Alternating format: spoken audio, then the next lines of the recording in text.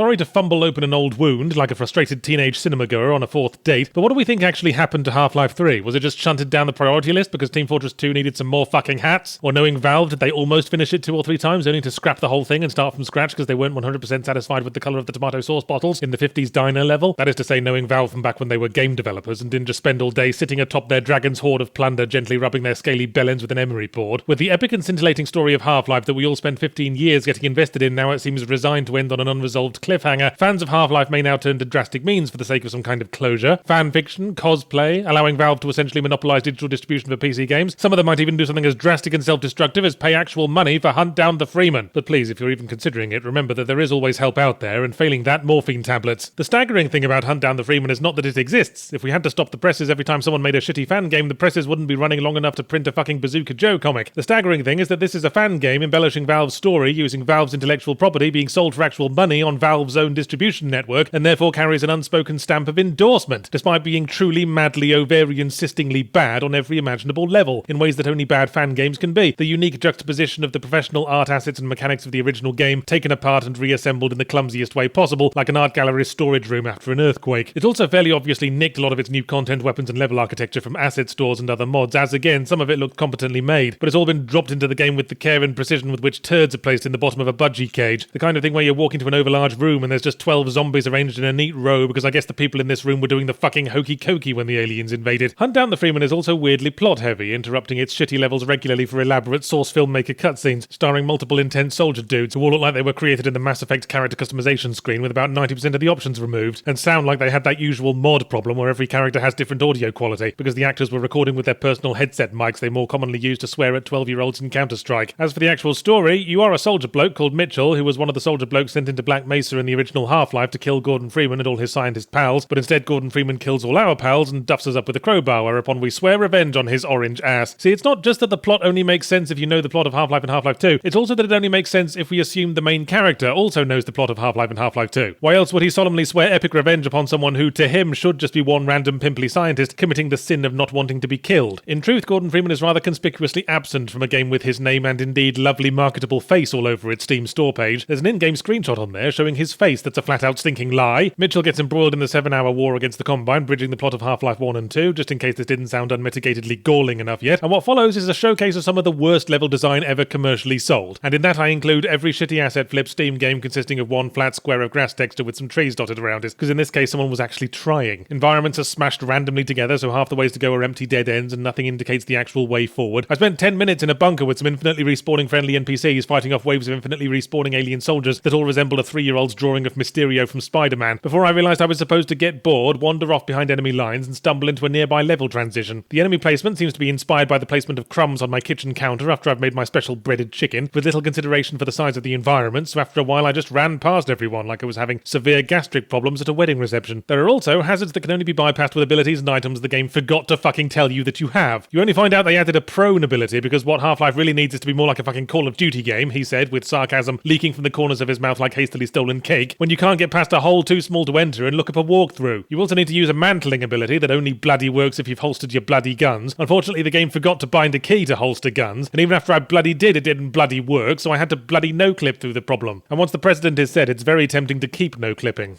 I could spend 20 minutes searching for the way out of this pitch-black cave that I can't navigate because the game only gave me one flare and apparently I used it in the wrong place, or I could just open the console, Kitty Pryde my way out, and have enough time to go out and steal some more cake. Still, the plot chugs happily along through its multiple breaking bugs and design fuck-ups. Mitchell ends up joining forces with the Combine to take down Freeman, revenge for being self-defense bitch-slapped now taking precedence over revenge for, enslaving the human race, and the story eventually nonsenses its way to thrillingly and climactically ripping off a line from The Dark Knight Rises. Twice. But Hunt Down the Freeman is about what to expect from any game where half the developers are credited by their forum handles alone. The only reason I wanted to talk about it is because of the depressing indictment of modern gaming it creates, not by itself, but by Valve's apparent indifference to this waterfall of piss trickling down either side of its legacy's nose. 20 years ago, Half-Life was a focal point in gaming's ongoing development as an artistic narrative medium. The next few years saw a slew of titles that combined AAA game design with genuine emotional story. But what happened between then and now? Why are the games routinely rewarded with AAA status and income exclusively loot box-infested live service bullshit bullshit. Games designed not to inspire or stimulate our emotions, but to numb them, and hypnotize us into lab rats mindlessly pawing the button that makes treats come out, while the games created with love and artistic integrity drown beneath waves of bottom feeders like Hunt Down the Freeman, that tear chunks of rotten flesh from the corpses of Valve's children, as Valve itself, once habitual founders of new ages of narrative gaming, merely waves them on, barely glancing up from their tax paperwork. What happened to you? What happened to us?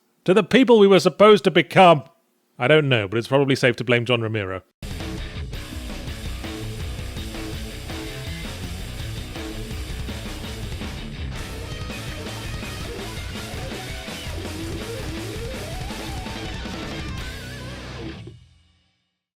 My latest book, Differently Morphous, is out now on audible.com as an Audible original, meaning audiobook first with print version further down the line, so get those ears unstuffed.